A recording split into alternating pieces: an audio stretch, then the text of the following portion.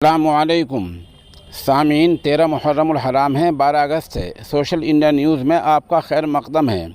ख़बर का उन्वान है सहारनपुर से मोहम्मद नदीम गिरफ़्तार।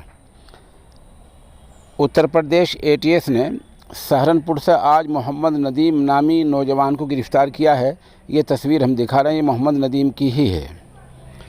एटीएस से गिरफ़्तारी के बाद मीडिया ने जो ख़बर दी है, जहां उसका नाम मोहम्मद नदीम बताया, वहां 3-4 बातें कही हैं।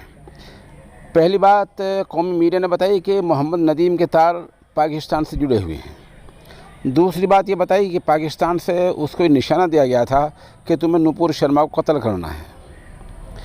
उधर मीडिया ने दावा किया कि उसका ताल्लुक़ तहरीक तालिबान से है और उसका ताल्लुक़ जैश मोहम्मद से है।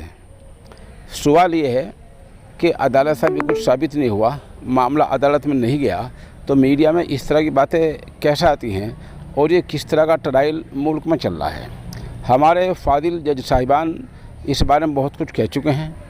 हमारी गुजारिश ये है कि सूरत हाल पर कदगन लगना चाहिए, क्योंकि बाद में बहुत सारे केसेस, बहुत सारे वाक़यात, बहुत सारे मामलात ऐसे सामने आए हैं जिनमें ऐसे नौजवान बाइज़्ज़त बाज़ाब्ता बरी हो चुके हैं और उनको अदालत ने, ख़ास तौर से सुप्रीम कोर्ट ने बेकसूर माना है।